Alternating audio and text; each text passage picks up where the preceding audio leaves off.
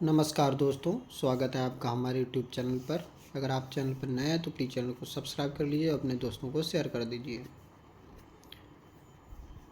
120 शब्द प्रति मिनट की गति से डिक्टेशन शुरू होगी 5 सेकंड बाद।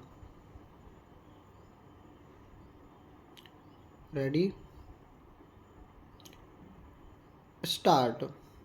मान्यवर अध्यक्ष महोदय, चुनाव के जंगल में उठी हुई हवाएं अब शांत हो रही हैं। विश्वास मत के समय ठंडी और गर्म हवा चली। मैं आशा कर रहा हूं कि वे भी अब मंद हो रही हैं। आरोप प्रत्यारोप लगाए गए, बहुत कुछ कहा सुना गया। मैं यह अपेक्षा करता हूं कि अब थोड़े शांत और शालीन वातावरण में मान्यवर राष्ट्रपति महोदय के अभिभाषण पर एक रचनात्मक चर्चा हो।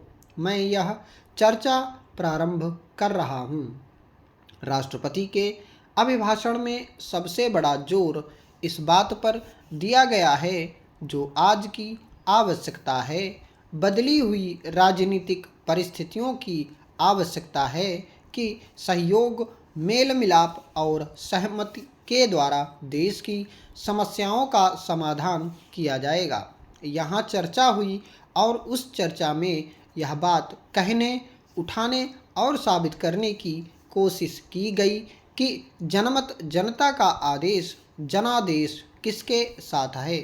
सबसे बड़ी पार्टी के रूप में उभरने के कारण भारतीय जनता पार्टी को जनता ने जनादेश दिया है, यह माननीय प्रधानमंत्री जी ने कहा। लेकिन उसके साथ एक बहुत बड़ी बात माननीय प्रधानमंत्री जी ने कही कि यदि 2/3 बहुमत भी हो तो भी देश का शासन चलाने के लिए मेल मिलाप, सहयोग और सहमति की राजनीति की आवश्यकता है।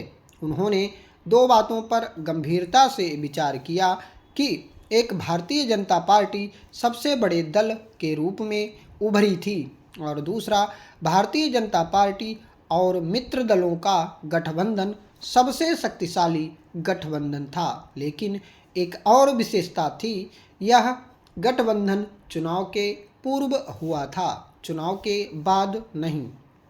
हम इस गठबंधन को लेकर मतदाता के पास गए थे। चुनाव के पूर्व जो गठबंधन होते हैं उनमें विचारों की समानता होती है, इसलिए राष्ट्रपति महोदय ने चुनाव के पूर्व गठबंधन के तथ्य को अधिमान दिया और हमें सरकार बनाने के लिए बुलाया।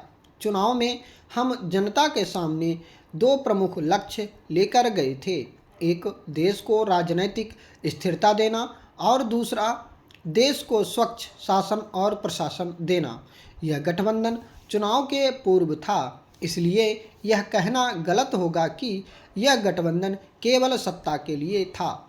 लोकतंत्र में सत्ता में भागीदारी स्वाभाविक है, आवश्यक है, लेकिन चुनाव पूर्व गठबंधन में और चुनाव के बाद के गठबंधन में जो गुणात्मक परिवर्तन है उसको समझा जाना चाहिए। राष्ट्रपति महोदय ने समझा और उन्होंने हमें सरकार बनाने के लिए बुलाया। राष्ट्रपति महोदय के अभिभाषण पर धन्यवाद प्रस्ताव पेश होने जा रहा है, इसलिए मैं सदन में रहना चाहता हूँ। मुझे रहना भी चाहिए, लेकिन इसी समय राज्यसभा में भी धन्यवाद का प्रस्ताव लिया जा रहा है। इसके साथ साथ एक विदेशी मेहमान भी आए हुए हैं जिनका कार्यक्रम पूर्व निश्चित था और उनसे मुझे अभी 12:30 बजे मुलाकात करनी है। अगर चर्चा आरंभ हो रही है तो मैं इस समय यहाँ उपस्थित हूँ, लेकिन अगर राज्यसभा में मेरी मांग होगी तो मुझे राज्यसभा में भी जाना पड़ेगा।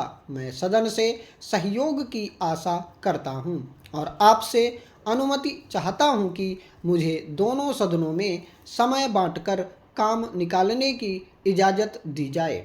सभापति महोदय, मैं अपने वरिष्ठ मित्र श्री बलराम जाखड़ का धन्यवाद देना चाहूँगा जो इस सदन के अनुभवी सदस्य हैं। उन्होंने तमाम सकारात्मक पहलुओं को उठाया है, तमाम सकारात्मक पहलू उठाए हैं। जब वे सकारात्मक पहलू उठा रहे थे तो सत्ता पक्ष में भी मेजें थपथपाई जा रही थीं। उनके सकारात्मक बिंदुओं का स्वागत हो रहा था। सदन इस परंपरा से अगर चलेगा तो निश्चित ही यह सरकार, जो बहुमत की सरकार है, एक सर्वानुमति की सरकार बन सकती है और देश को सर्वानुमति का संदेश दे सकती है। इसमें एक बहुत अच्छी बात शामिल की गई है। मैं तमाम बातों पर नहीं जाना चाहता हूँ क्योंकि समय कम है कि हम पिछड़ी जातियों के बारे में, पिछड़े व्यक्तियों के बारे में पिछले 40 सालों में चिंता करते रहे हैं। उनके लिए नौकरियों में आरक्षण की व्यवस्था की गई। यह एक अच्छा कदम था, प्रशंसनीय कदम था, लेकिन उन क्षेत्रों की जो प्राकृतिक कारणों से, नैसर्गिक कारणों से, भौगोलिक कारणों से मुख्य धारा में नहीं आ पाए, पहचान करने का काम जो पिछली सरकारों को करना चाहिए था। यदि वह किया गया होता तो जैसा मणिपुर की माननीय सदस्या अभी बोल रही थीं, अपनी पीड़ा व्यक्त कर रही थीं, उन्हें इस पीड़ा को व्यक्त करने का अवसर न आता। सभापति महोदय, जो अलग प्रांतों की मांग की जा रही है, चाहे वह वनांचल की हो या उत्तरांचल की मांग हो, जिसको देने का वायदा इस सरकार ने किया है, वह मांग जायज़ इसलिए हो जाती है क्योंकि पिछले 40 सालों में उस क्षेत्र का अध्ययन नहीं किया गया। अगर उन क्षेत्रों की ज़रूरतों का अध्ययन करते हुए उन्हें पिछड़ा करार दिया गया होता और तदनुसार उनके विकास के लिए योजनाएं बनाई गई होती तो 40 वर्षों में वे मुख्य धारा में आ गए होते। तब कोई कारण नहीं था कि कोई अलग प्रांत की मांग करता, अलग घर की मांग करता। अलग घर की मांग तभी कोई करता है जब उसके पूरे घर में न्याय नहीं होता, समानता नहीं बरती जाती। मैं निवेदन करना चाहूँगा कि यह समस्या केवल प्रांतों तक सीमित नहीं है, बल्कि यह क्षेत्रों में भी है। हमारे कई मित्र, चाहे वे प्रतिपक्ष के ही क्यों ना हों, वे भी सहमत होंगे कि सभी संसदीय क्षेत्र समान रूप से प्रगति नहीं कर रहे हैं। मैं जिस क्षेत्र से चुनकर आया हूँ वह पूरी तरह से गांवों का क्षेत्र है। पूरे संसदीय क्षेत्र में केवल एक नगर पालिका है और वह भी तृतीय श्रेणी की। पूरा क्षेत्र गांवों का है। ऐसे कितने क्षेत्र होंगे जब यहाँ से प्रत्येक संसदीय क्षेत्र को 1 करोड़ रुपया दिया जाता है। वह विकसित क्षेत्रों को भी दिया जाता है, जो पिछड़े क्षेत्र हैं उनको भी दिया जाता है। अगर इससे पहले यह पहचान की जाए, पता लग जाए कि कौन सा क्षेत्र किस मामले में पिछड़ा है, क्या वहाँ औद्योगिक पिछड़ापन है या शैक्षिक पिछड़ापन है, आर्थिक रूप से पिछड़े हैं, कृषि के क्षेत्र में पिछड़े हैं, किस किस मामले में पिछड़े हैं, अगर इसका अध्ययन किया जाएगा तो देश को समान प्रगति के जो अवसर मिलेंगे उनमें वे क्षेत्र भी लाभान्वित होंगे जिनमें विकास की किरणें अभी तक नहीं पहुंची हैं। मैं स्वयं मध्य प्रदेश में छिंदवाड़ा जिले के एक गांव को जानता हूं जो गहराई में बसा हुआ है और जहां सूरज की किरणें भी नहीं पहुंचती हैं। ऐसे और भी क्षेत्र हो सकते हैं। चमोली के आसपास उत्तरांचल प्रदेश की बात कही जा रही है जहां कोई अधिकारी आज तक पहुंचा ही नहीं है। अध्यक्ष महोदय, मैंने जो संवैधानिक संकल्प दिया है उसकी मंशा इस विधेयक को रोकने की नहीं है।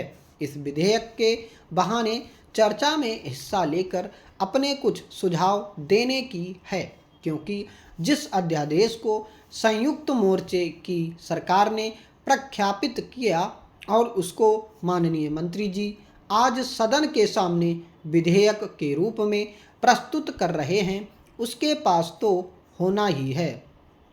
उसे पास तो होना ही है।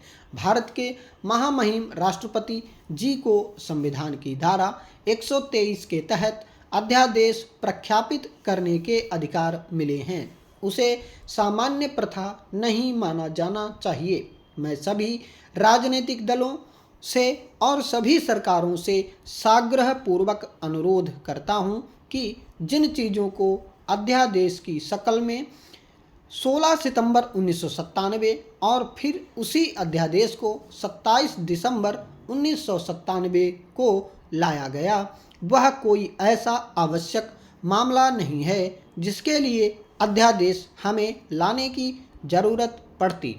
स्टॉप।